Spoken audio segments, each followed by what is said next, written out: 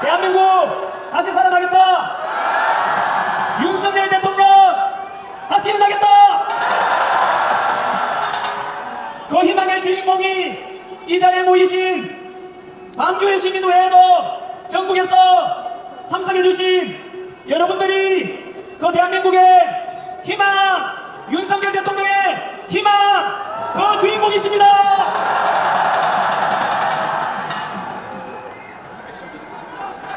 이제 시작하도록 하겠습니다. 오늘은 제가 붉은 옷을 입고 왔습니다. 지금으로부터 45년 전 1980년 제가 초등학교 5학년 때였습니다. 그때 광주 시민들께서 이 자리 금남로에 모여서 독재에 맞서서 민주화를 이루기 위해서 그 피 흘리고 희생하신 것을 잊지 않겠다는 뜻입니다. I am 크리스찬 전한길입니다. 저는 오늘 제가 믿는 하나님의 말씀이 담긴 성경책에 손을 넣고 기도하는 마음으로 시작하겠습니다. 저는 하나님을 사랑합니다. 그리고 자유 대한민국을 사랑합니다. 이렇게 기독교든 가톨릭이든 불교든 종교의 자유가 있고 표현의 자유가 있고 오늘 이 자리처럼 직접 이 자리에 그리고 동영상으로 보고 계시는 100만 명 이곳 빛의 도시 광주에서 함께 모여 독재자에 맞섰던 5.18 희생정신을 기억하자. 더불어 독재당에 맞선 윤석열 대통령을 지켜내자. 개범령을 통해서 국민들을 일깨워주신 윤석열 대통령 석방하라. 이렇게 마음껏 외칠 수 있는 이런 자유, 민주주의 대한민국이 너무 좋지 않습니까, 여러분? 오늘 2025년 2월 15일 이 시간에는 우리 대한민국 모든 국민들이 이곳 광주를 주목하고 있습니다. 오늘 우리의 선택이 역사를 바꿀 것이며 그 역사의 현장의 주인공들이 바로 여러분들입니다.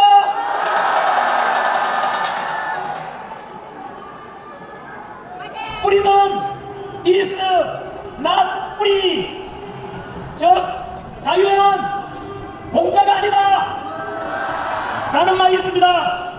지금 우리가 이렇게 자유민주주의를 누릴 수 있게 된 것은 1980년 5월 신군부 독재에 맞서서 싸우셨던 정의로운 광주 시민들의 투쟁과 희생 덕분일 것입니다. 영국이 200년 걸린 민주화를 우리 대한민국은 40년 만에 이룰 수 있었던 것은 일평생 동안 독재에 맞서 헌신하신 DJ와 YS의 민주화 노력이 있었고 이곳 광주 시민들의 희생이 있었기 때문일 것입니다. 이 땅의 민주화를 위해서 헌신하신 DJ, YS 그리고 광주 시민들께 감사의 뜻으로 큰 함성과 함께 박수를 부탁드립니다.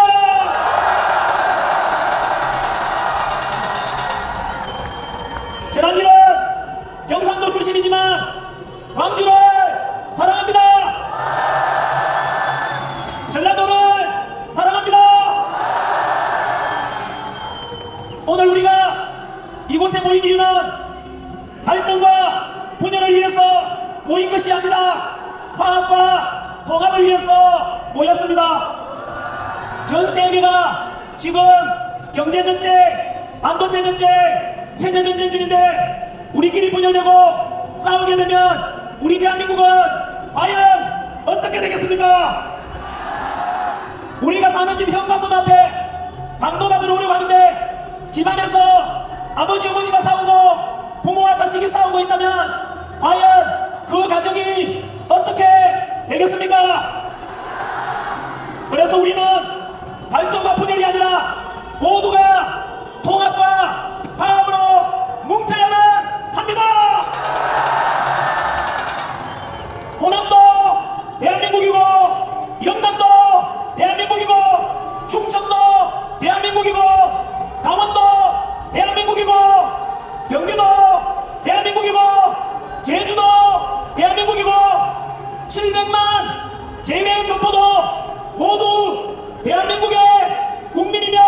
이야기를 좀 많이 띄워주시면 되는데 북한 김정은 정권은 반대하지만 사람 많이 온거 보이죠? 공산당 치하에서 고통받고 있는 2,500만 북한 동포들도 모두 같은 한민족이기에 남북평화 통일을 이루어서 우리 한민족 모두가 하나 되어 100번 김구 선생이 부르짖었던 통일된 대한민국으로 세계 평화에 기여하고 문화가 발전되는 문화 선진국이 되도록 모두가 한마음 한뜻으로 똘똘 뭉쳐서 선진 자유민주주의 대한민국과 선진 문화를 함께 만들어가야 되지 않겠습니까?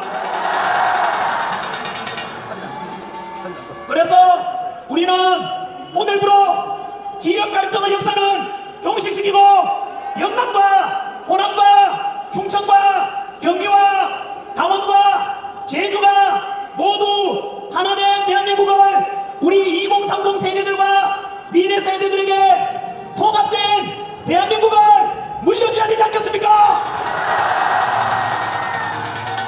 만약에 그럼에도 불구하고 정치적인 이익을 위해서 또다시 지역 갈등과 분열을 부추기는 그런 사람이 있다면 그것은 대한민국의 통합을 무너뜨리는 반국가적이고 반민족적인 역적으로서 국민주권의 주체인 국민의 이름으로 반드시 척결되어야 할 것입니다.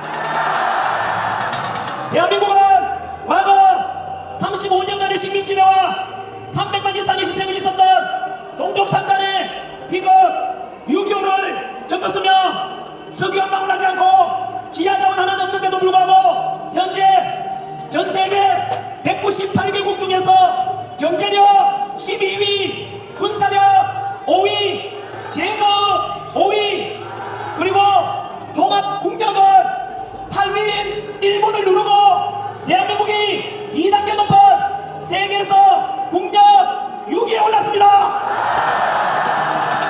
한 번 더 강조합니다. 세계에서 대한민국 국력은 우리를 35년간 식민지배했던 일본을 누르고 우리가 이겼습니다.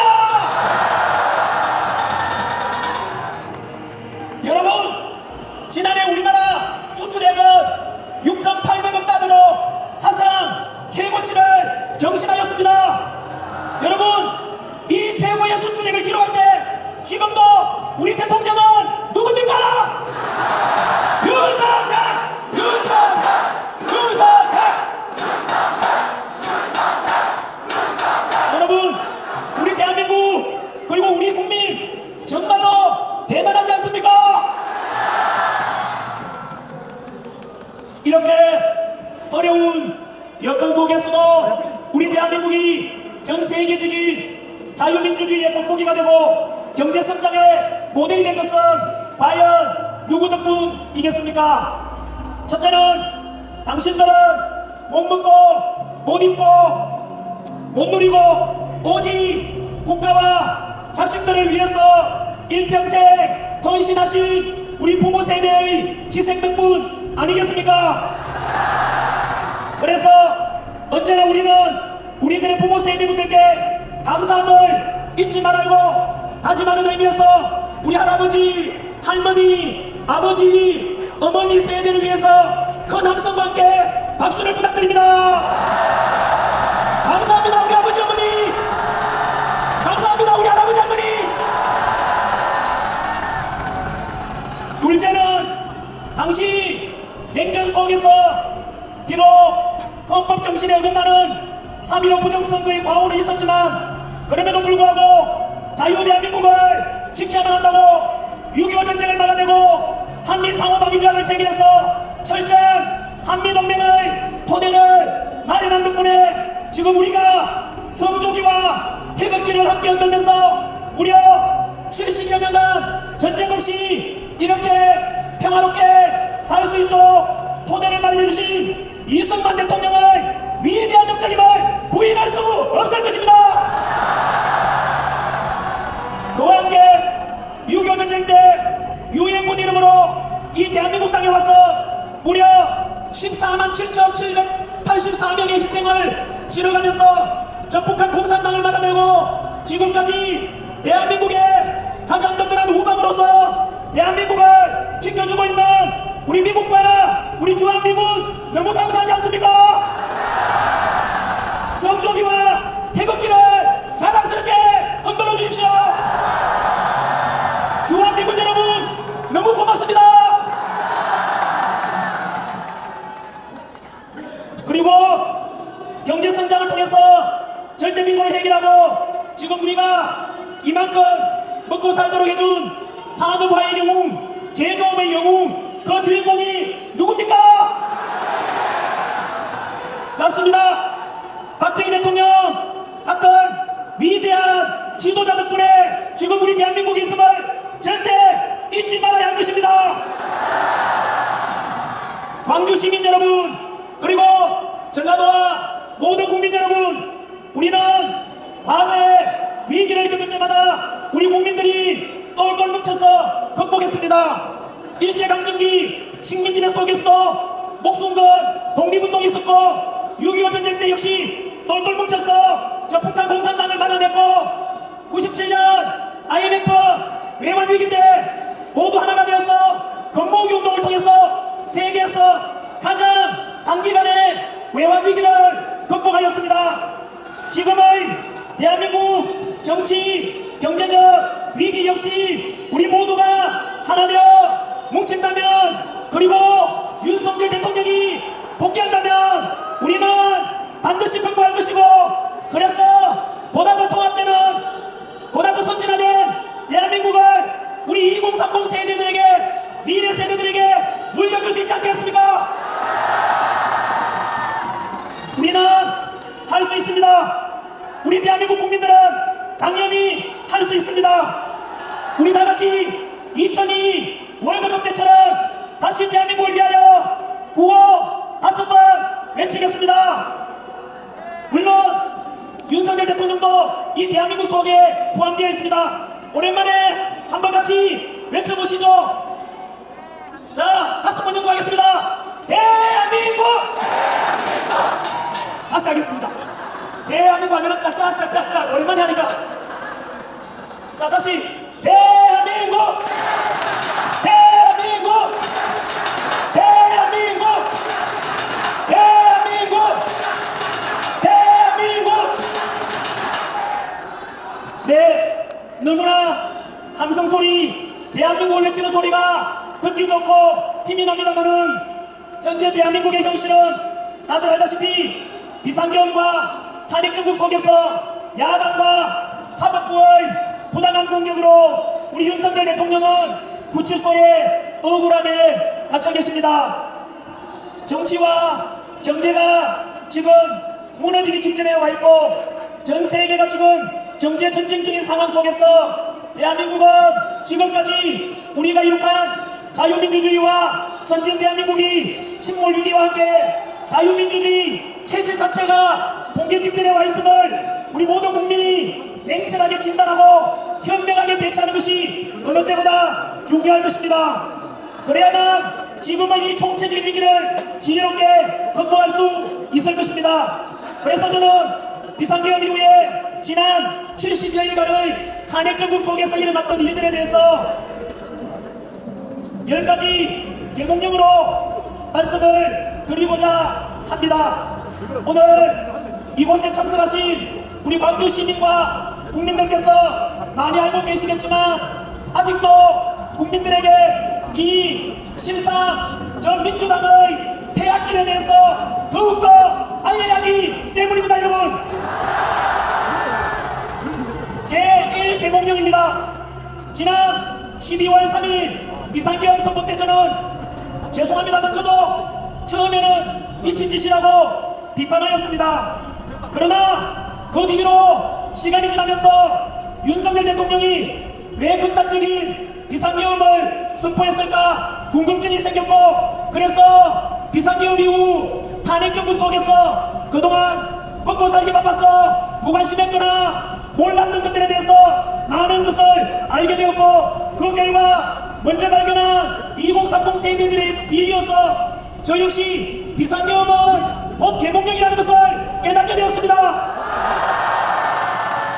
175석의 거대 야당 민주당의 반민주적이고 행정부와 국가를 마비시키고자 했던 수많은 폐악질들을 알게 되었습니다.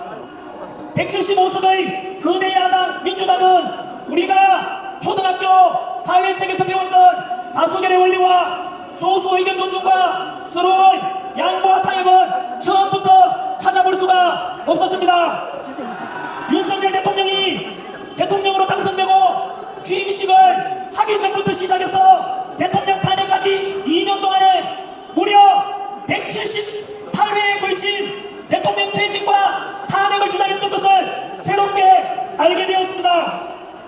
심지어 대통령이 대한민국의 원수이자 행정부 수반으로서 국회에 연설하러 가는데 거대 민주당은 아예 국회 본회의장을 나가버렸습니다. 두 번째 갔을 때는 대통령 퇴진을 주장하면서 피켓을 들고 시위와 야유만 보냈습니다. 미국의 경우만 보더라도 공화당이든 민주당이든 적어도 대통령이 국회에 연설하러 올 때는 모두 같이 환영하고 박수를 보내주는데 그것이 국가원수에 대한 최소한의 입법부의 품격일 건데 어떻게 대통령이 국회에 연설하러 갔는데 민주당은 아예 본회의장을 빠져나가버리고 피켓 들고 야유와 퇴진 주장을 할 수 있는지 참으로 경악을 금치 않을 수가 없습니다. 이것은 국회의 품격을 무너뜨리고 국민이 뽑은 국가원수이자 행정부 수반이 대한민국 대통령을 아예 대통령으로서 인정하지 않으려는 또한 정당한 선거에서 당선된 대한민국 대통령 민주주의에 대한 정면도전이고 파렴치 않은 짓이며 나아가 반국가적인 얘기가 아니고 무엇이겠습니까? 어떻게 대통령이 취임하기도 전부터 탄핵을 178번이나 한다는 것이 이게 과연 대한민국의 민주당 맞습니까? 제2개몽령 우리 헌정사에서 유례를 찾기 힘든 무려 29번의 탄핵을 통해 행정부를 마비시키고자 했다는 것을 알게 되었습니다. 29번의 탄핵 중에서 감사원장에 대한 탄핵도 있었는데 감사원장 탄핵 이유가 무엇인지 아십니까? 주한미군 사드 배치 현황 등 1급 군사기밀을 유출하여 중국 측에 넘겨준 문재인 정권의 정의용 안보실장의 간첩 행위에 대해서 감사를 하려고 하자 감사원장을 탄핵시킨 것입니다. 간첩을 잡으려고 하는데 간첩을 잡으려는 감사원장을 탄핵시킨다는 것은 도대체 민주당은 간첩을 비호하는 것인지 도대체 민주당은 대한민국의 정당이 맞는지 민주당은 답변하라! 이런 반국가적인 간첩을 비호하는 민주당의 실체를 모든 광주 시민과 모든 국민들을 알려야 합니다. 제3개몽령 민주당은 검사들을 탄핵했다는 사실도 알고 계십니까? 범죄자를 잡는 것이 검사의 역할인데 검사를 탄핵시켰다는 것은 곧 민주당 안에 범죄자가 있다는 것이고 범죄자를 잡지 말라는 것은 대한민국을 무법천지로 만들겠다는 것이 아니고 무엇이겠습니까? 범죄자를 비호하고 검사를 탄핵시키는 이러한 민주당이 과연 대한민국의 정당 맞습니까? 제4개몽령 비상경 선포 직전에 알다시피 민주당에서는 175석의 다수당 횡포로 전례 없는 일반적인 정부 예산 삭감을 단행하였습니다. 삭감한 내용을 살펴보면 대통령 특활비 82억 원 전액 삭감, 검찰 특활비 587억 원 전액 삭감, 경찰 치안 경비 추가 보조비 31억 원 전액 삭감, 군부대 사기 진작을 위한 초급 광고에 대한 처우 개선 예산 141억 원을 삭감하였습니다.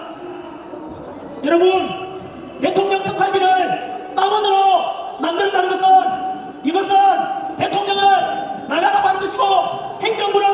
마비시키는 것이고 국민을 무시하는 반국가적인 행위입니다. 또한 검사특활비 망원, 여기 많은 경찰분들이 수고하고 계시는데 경찰 여러분들의 역시 경비 보조를 위한 예산도 망원, 우리 안보를 책임져주고 계시는 군 장병 여러분들의 사기 진작을 위한 그 예산마저도 삭감했습니다. 이곳에 계시는 그리고 전 국민 여러분 중에서 검사, 경찰, 군인 여러분, 과연 여러분들을 더 사랑하고 더 아끼는 것이 과연 민주당인지 윤석열 대통령인지 똑바로 보십시오. 제5호 개몽령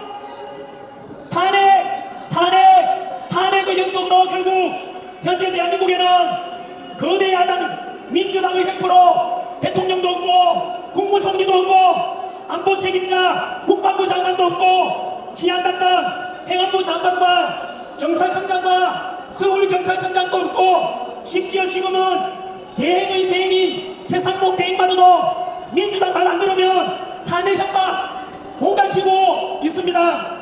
이러다가 민주당은 모든 공무원들 다 탄핵시키고 행정부 마비시키고 마지막 제가 가르친 국어공무원까지도 탄핵시킬 것 같습니다. 여러분, 지금 만약 북한이 침략이라도 해온다면 과연 어떻게 될지 눈앞이 캄캄합니다. 정말로 민주당은 국가와 국민은 안중에도 없고 대통령 빨리 쫓아내고 오직 이재명 대통령 만들려고 오직 권력 욕심밖에는 없는 당입니다. 어떤 사람들은 합법적인 범위 내에서 행해진 민주당을 지지하는 사람들도 있던데 과연 금방 말씀드린 이런 야당 민주당이 행한 짓들을 보면 과연 민주당이 대한민국의 정당이 맞는지 과연 국가와 국민은 안중에도 있는지 한번 민주당에게 물어보십시오. 제6개몽령 현재 민주당과 일부 시민들은 우리 윤석열 대통령에게 내란 혐의를 덮어씌우고 있습니다만은 상기 말씀드린 대로 민주당의 행정부와 국가 시스템을 마비시킨 민주당에 대해서 과연 대통령이 할 수 있는 것이 무엇이었겠습니까? 결국은 국민들에게 이러한 민주당의 폐악질들을 알리기 위해서 비상계엄이라는 특단의 조치를 할 수밖에 없었을 것이고, 사실 전환길이가 대통령이라 할지도 무조건 비상계엄을 선포했을 것이고, 여기에 계신 모든 전국에 계신 모든 국민들께서도 이 사실들을 알고 나면 여러분들이 대통령이 한들 비상계엄을 선포할 수밖에 없지 않겠습니까? 민주당에서는 처음부터 내란 수배라고 선동하면서 언론을 이용하고 전국에 현수막을 내걸고 선동했었지만, 그리고는 심지어 대통령이 북한 침략을 유도해서 외환까지 일으키고자 덮어씌웠지만 결국 외환 선동도 모두 거짓으로 드러났습니다. 민주당은 거짓말단입니다. 사기단입니다. 지금 대통령의 내란죄 관련해서도 현재 헌재에서 심리 중에 또 정인 출석으로 나오는 분들의 이야기를 들어보면 관련된 군인들의 증언도 야당 김병주 의원이 군인들을 불러서 회유했다는 그런 의혹도 많이 등장하고 있습니다. 국정원 차장이라는 사람도 메모했다면서 이랬다 저랬다 계속해서 말이 엇갈리고 있는데 왜 그랬겠습니까? 전부 다가 내란을 조작하고 탄핵을 조작해서 대통령 끌어내리려고 하는 거짓말쟁이들이기 때문입니다. 그야말로 모든 국민들을 상대로 사기 탄핵했다는 것이 서서히 드러나고 있습니다. 사실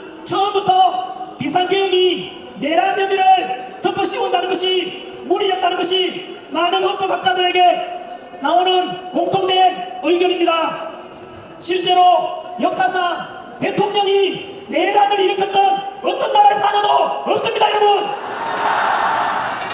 법률 전문가인 검찰 출신의 윤석열 대통령께서는 헌법과 법률에 근거해서 국무회의를 거쳐서 비상계엄을 선포하고 해제하였으며 국회에 투입된 군인 수도 기껏 280명이었습니다. 여러분, 5.16 군사정변 때 동원된 군대가 3만 5천 명, 서울의 본 영화에 나오는 신군부의 군대 동원 2만여 명입니다. 그렇다면 3만 5천 명 5.16 군사정변 2만여 명 12.12 사태에 비하면 이번에 비상계엄 때 국회에 투입된 군인 수는 기껏해서 100분의 1밖에 안 되는 280명밖에 되지 않습니다. 그리고 그 280명으로서 국회를 장악하고자 한다는 게 말이 됩니까? 또한 국회 투입된 군인들에게 실탄 지급도 되지 않았습니다. 이것은 무엇을 말합니까? 바로 적법한 절차에 따라서 비상계엄이 선포되고 또 국회 의견에 따라서 6시간 만에 비상계엄이 해지되고 사망자도 한 명도 없고 부상자도 한 명도 없는, 누가 봐도 내란이라고 하기에는 아무도 납득이 되지 않을 것입니다. 오히려 대통령 측의 주장대로 민주당의 폐악질로 국가와 행정부가 마비된 상태에서 어쩔 수 없이 대통령으로서 고유한 통치권 행사라고 보는 것이 현재 국민 대다수의 여론입니다. 결국은 내란도 대통령에 대한 내란죄는 무죄입니다. 비상계엄 선포 때 10%의 지지율이 지금은 나의 벽 40%를 넘고 지난주를 계기로 50%를 넘고 오늘 우리 광주에 모이신 우리 시민들과 국민들의 연화와 같은 지지로 곧 60%를 넘고 70%를 가게 될 겁니다. 바로 이렇게 국민들 모두가 점점 더 알면 알수록 우리 대통령은 합법이고 민주당이 반국가적이고 행정부 마비시키고 국가 시스템을 마비시키고 한다는 것을 점점 알게 되었기 때문일 것입니다. 역사를 이긴 민족에겐 미래는 없습니다. 어제의 범죄를 벌하지 않는 것은 내일의 범죄에 용기를 주는 것입니다. 현재의 우리 모습은 철저한 과거를 청산하지 못한 결과입니다. 오늘 기꺼이 광주에 한가름이 오셔서 작경의 사태에 대한 촌철 사이 같은 발언을 해주신 한국사 강사이자 역사 발전기 연구소 소장 황현필 소장님을 소개하겠습니다.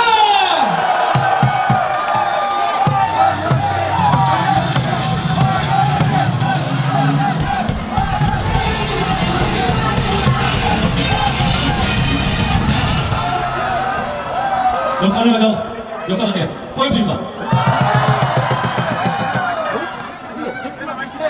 자랑스러운 민주화의 성지 광주의 상수동에서 태어났습니다.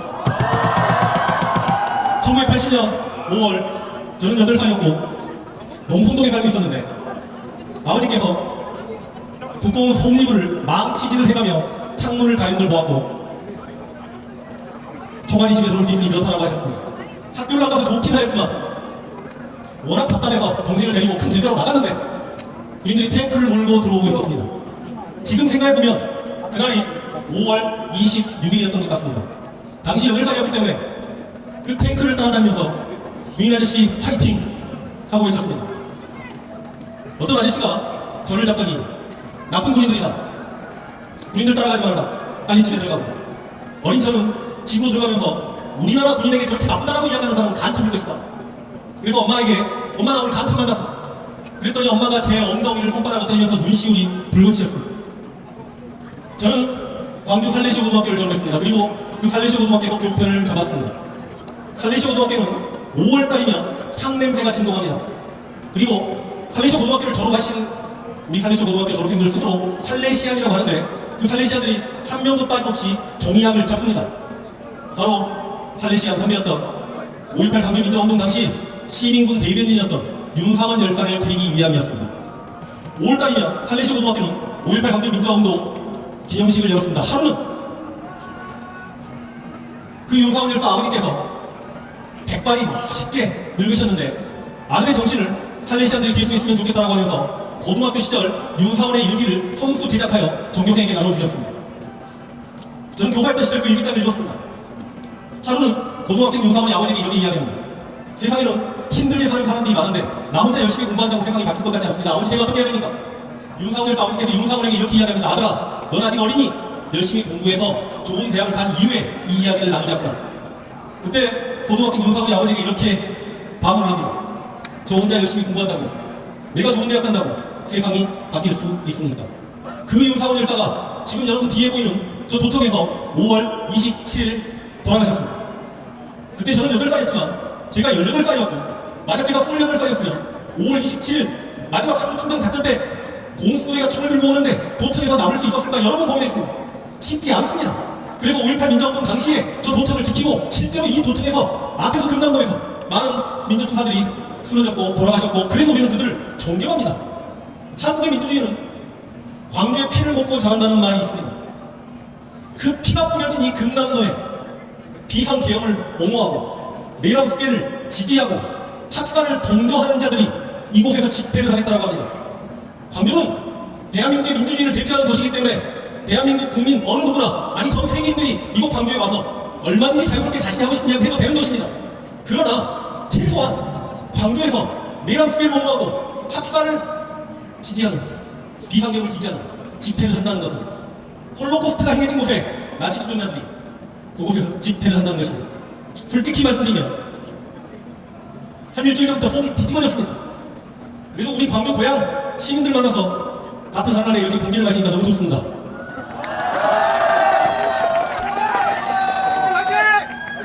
내가 흥분하면 못 타요. 흥분할까요? 저한테는 뭐라고 부릅니까? 계실게요? 뭐라고 불러요? 보통 뭐라고 이야기해요? 그거라고 이야기하죠? 쟤들 구구 맞아요? 구구 아니에요! 구구는 순혈주의, 인종주의, 자민족 중심주의, 자국 국가 이익만을 챙기는 처절한 애국심에 그 구구가 국수주의와 전체주의가 만나서 일본의 군국주의가 되고 이탈리아의 파시즘이 되고 독일의 나치주의가 됩니다. 독일의 나치주의를 요거먹는 이유가 뭐죠? 독재를 추종했기 때문이죠. 히틀러. 또 하나 요거먹는 이유가 뭐죠? 유태인을 학살했기 때문이죠. 그래서 구구의 대표성을 띠는 게 나치주의입니다. 폭력성을 분발합니다. 그런데 쟤네들은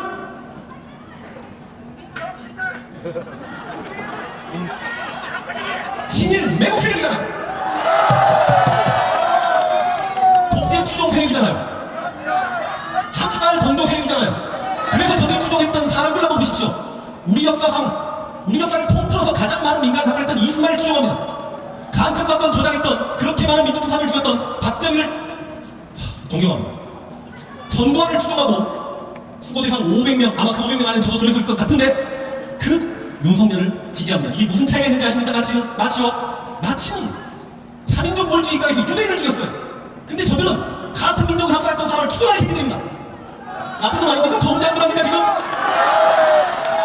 기본적으로 구구라 하면 애국심을 동반해야 되는데 저들은 친일 매국 세력이고 자학사관에 빠져서 우리 조선의 역사를 비하하고 세종대왕을 공격하고 식민지 근대화를 옹호하는 세력이고 그리고 학살을 지지하는데 같은 민족을 죽였던 학살자를 지지하는 세력이기 때문에 저들을 부를 수 있는 단어는 존재하지 않습니다. 그래서 오늘 광주로 내려오면서 대체 저들을 뭐라고 불러야 될까?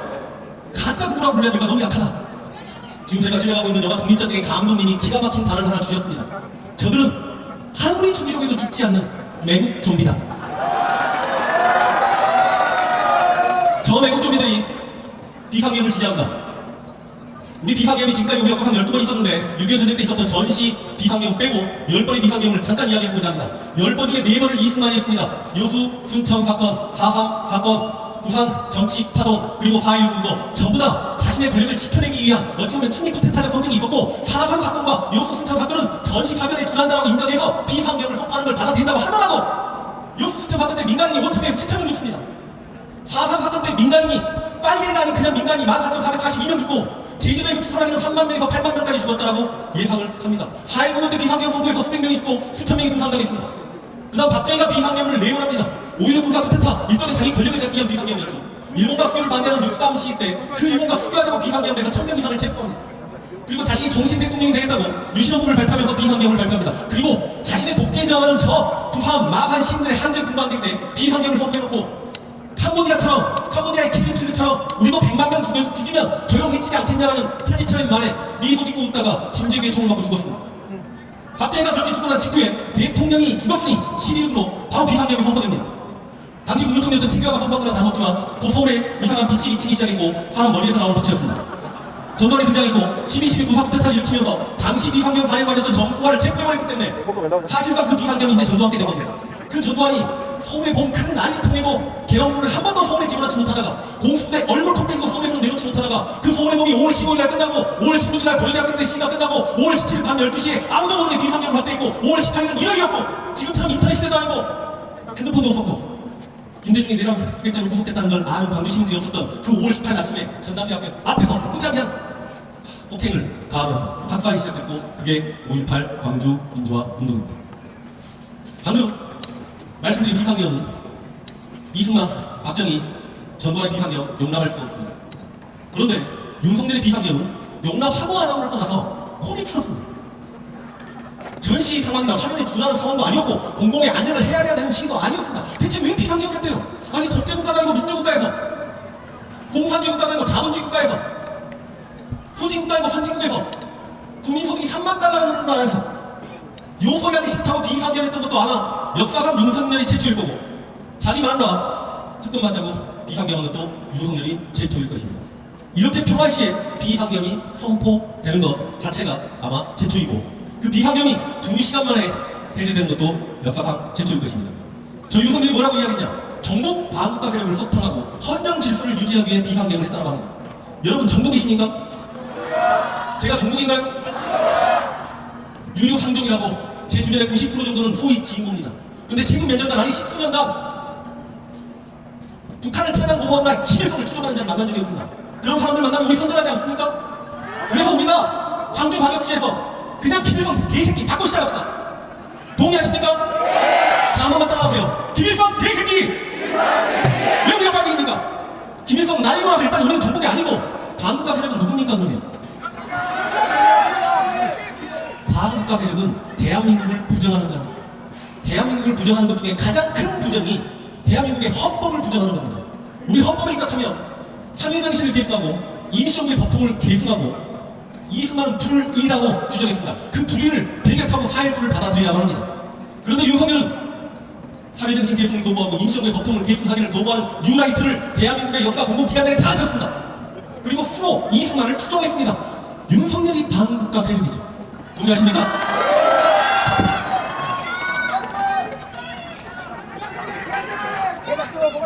지금 윤석열 탄핵을 반대하는 사람들이 있습니다.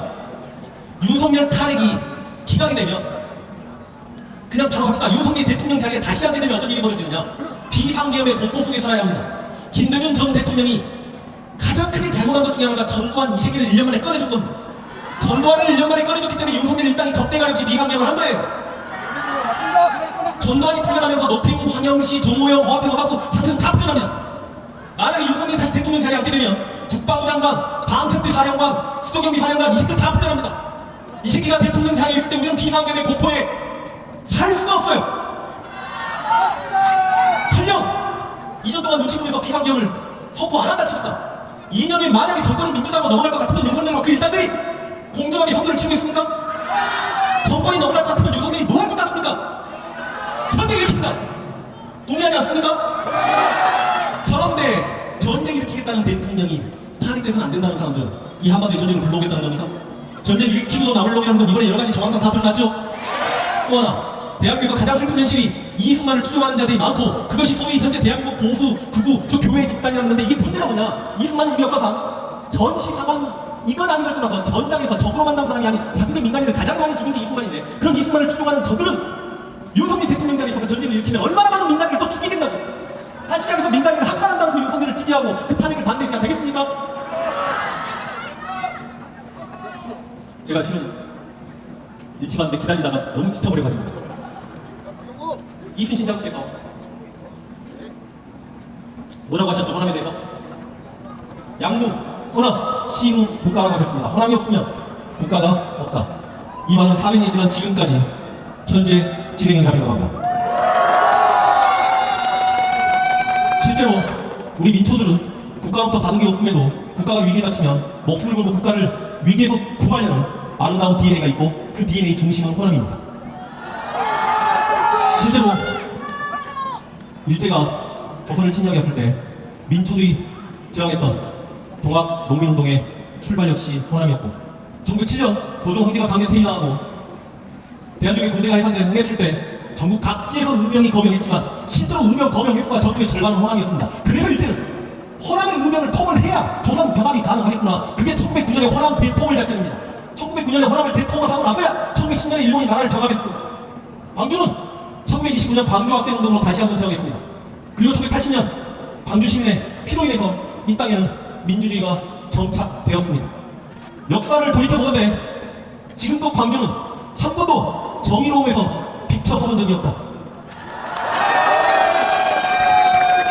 저렇게 정의로움에 열등의식이 있는 자들이 광주를 파괴하고 윤석열을 지지하는 시민들이다. 빨리 끝내라고 합니다. 따라서 광주 시민들 그리고 아름다운 진보 정신을 갖고 사는 대한민국 국민들과 함께 실명 세력과 독재 추종 세력 그리고 학살 세력이 더 이상 이 땅에서 큰 소리 치지 않는 아름다운 대한민국을 만들어서 후손들에게 물려주어야 하는 게 분단시대를 살아가는 저희의 의무이고 사명이라 생각합니다. 광주 시민들이 앞장서서 그렇게 아름다운 대한민국을 만들어 주실 걸 바라며 저는 강의를 마칠 수 있도록 하겠습니다.